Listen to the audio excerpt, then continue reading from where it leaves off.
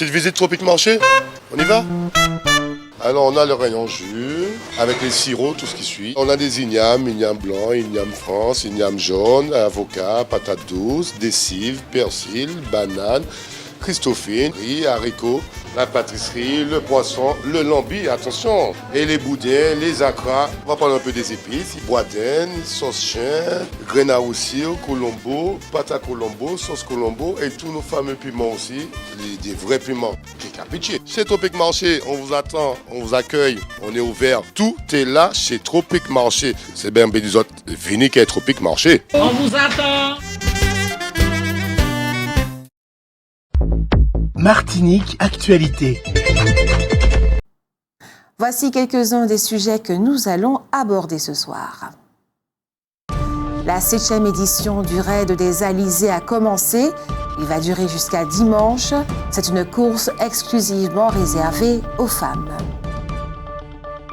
Le procès du chauffeur de bus scolaire dans lequel est mort Mehdi Lovanski s'est terminé hier au palais de justice de Fort-de-France.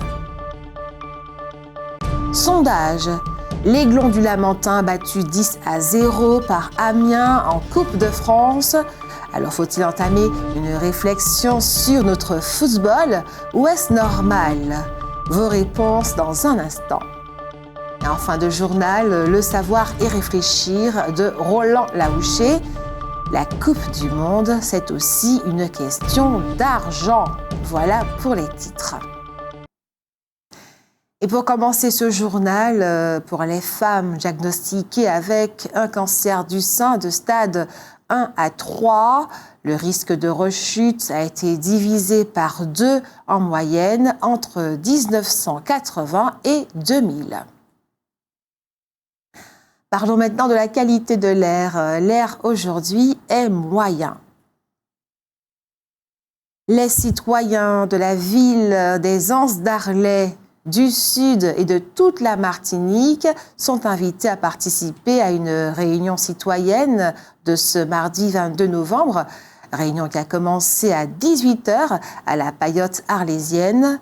Dans le cadre du congrès des élus, ils ont pu prendre la parole pour exprimer leurs priorités, évaluer des propositions des élus concernant ces priorités et présenter leurs solutions. La pizzeria de la route des religieuses a été braquée hier soir, lundi, vers 22h, par des hommes armés de revolvers. Une agression relativement violente puisque 3 employés ont été frappés et blessés, heureusement sans gravité, par des coups de crosse. Les Haïtiens sont de plus en plus nombreux à se réfugier en Martinique du fait de la violence installée par les gangs dans leur pays. Force cependant est de constater que la violence est une constante de l'histoire d'Haïti depuis son indépendance. Je vous le disais en titre, le procès du chauffeur de bus scolaire dans lequel est mort Mehdi Lovanski, âgé de 2 ans et 10 mois, le 3 octobre 2018, s'est terminé hier au palais de justice de Fort-de-France. On se rappelle que ce chauffeur avait oublié le petit garçon dans son bus et que ce dernier était décédé du fait d'être resté plusieurs heures dans une extrême chaleur, plus de 50 degrés. Au cours de ce procès, les parents du petit Mendy ont dit à un accusé, souvent en pleurs, qu'il lui pardonnait. Le procureur de la République a requis 18 mois de prison, dont 6 mois ferme aménageable, avec un bracelet électronique à l'encontre du chauffeur et 150 000 € d'amende contre Martinique Transport, même si cette dernière a fait valoir qu'il s'agissait du bus d'une société délégataire. Selon elle, cette société qui aurait dû mettre en place toutes les procédures nécessaires pour faire en sorte que de tels drames ne se produisent pas. Le délibéré de cette affaire est attendu le 16 janvier prochain. Alors qu'une journaliste d'OM5 TV, en France donc, lui posait la question de savoir si, à propos de l'évolution institutionnelle, il fallait de fait proposer à certaines d'entre elles l'autonomie, le ministre délégué Jean-François Carenco a immédiatement répondu avec vigueur « Moi, je ne parle pas d'autonomie, je parle de responsabilité, de davantage de responsabilité ».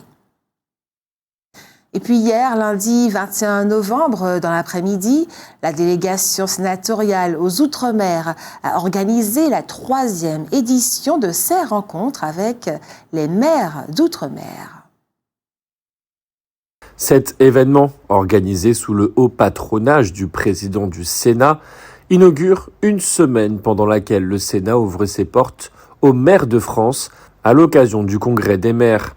Cette année, la rencontre a donné la priorité au dialogue et sera une occasion d'approfondir les travaux avec la nouvelle délégation aux Outre-mer de l'Association des maires de France, l'AMF, créée en juin dernier. Deux temps forts ont animé l'après-midi, un échange sur les défis de la gestion locale au quotidien, notamment sur les questions du logement, des finances communales et des déchets, sujet sur lequel la délégation adoptera très prochainement un rapport. Un débat sur l'évolution institutionnelle des Outre-mer dans la perspective d'une éventuelle révision constitutionnelle. Sur ce dernier sujet, la délégation sénatoriale a déjà auditionné la quasi-totalité des responsables des exécutifs départementaux, régionaux ou territoriaux.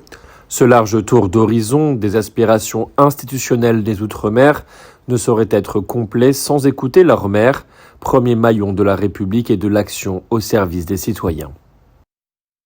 Vous avez des difficultés pour obtenir un rendez-vous chez votre ophtalmologue? Vous souhaitez effectuer un diagnostic, un dépistage ou un examen de votre vue? Le CCAS de la ville du Lorrain, en partenariat avec la société Les Lunettes du Bonheur, répond à votre besoin tous les mois. Premier rendez-vous le vendredi 25 novembre de 9h à 15h sur le parking de France Service. Alors pour en savoir plus, rapprochez-vous du CCAS du Lorrain.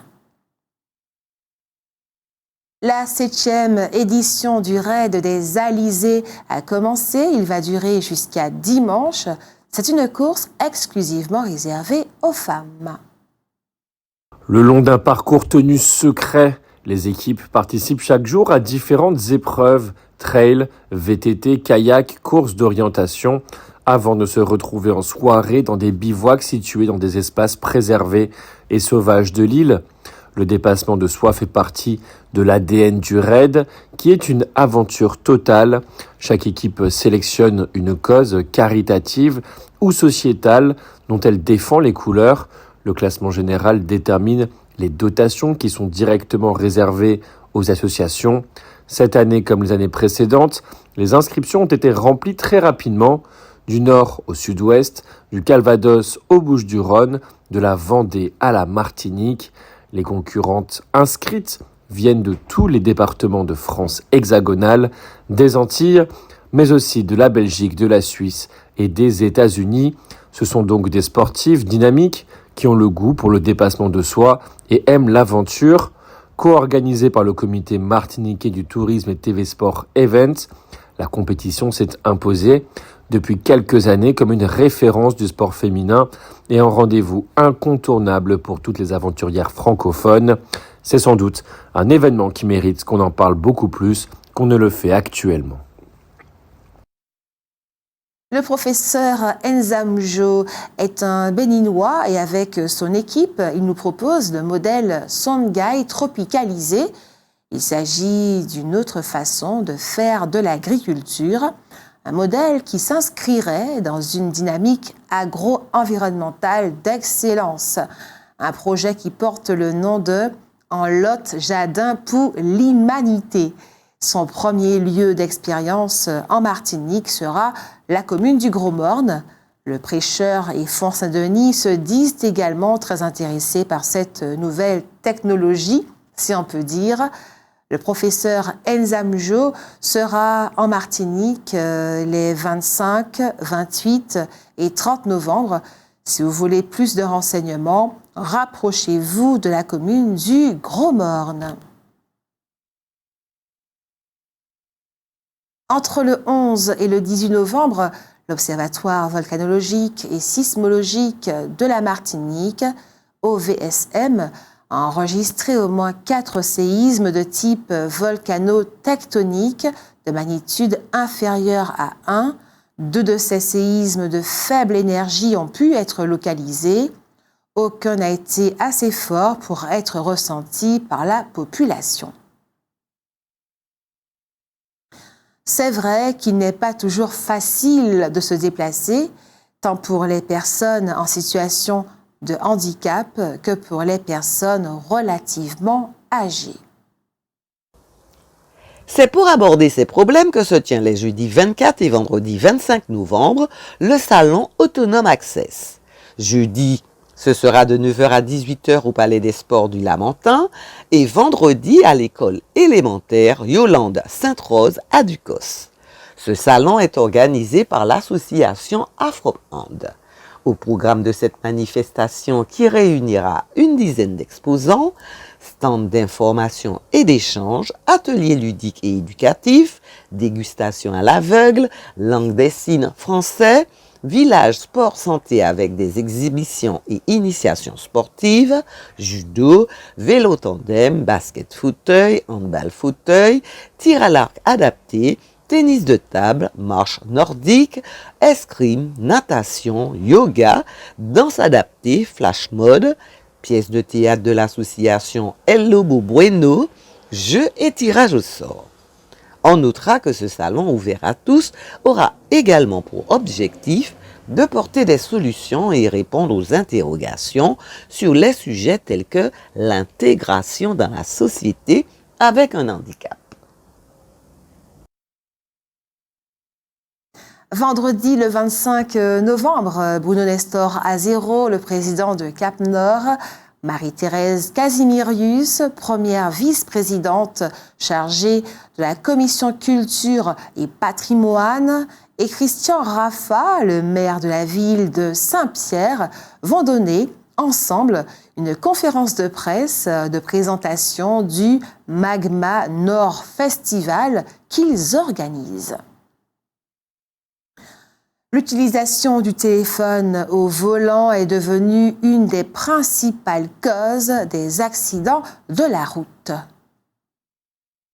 Selon une étude de l'Association des sociétés françaises d'autoroutes et de l'Association Prévention routière, plus de 80% des conducteurs en mission professionnelle téléphonent au volant pour raison de travail.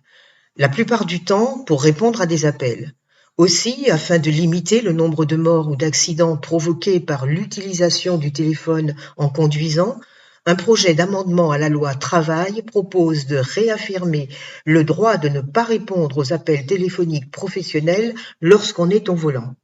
En effet, ces dernières années, le téléphone est devenu l'une des principales causes d'accidents sur la route avec la vitesse et l'alcool. Près d'un accident corporel sur 10 serait lié à l'utilisation du téléphone en conduisant.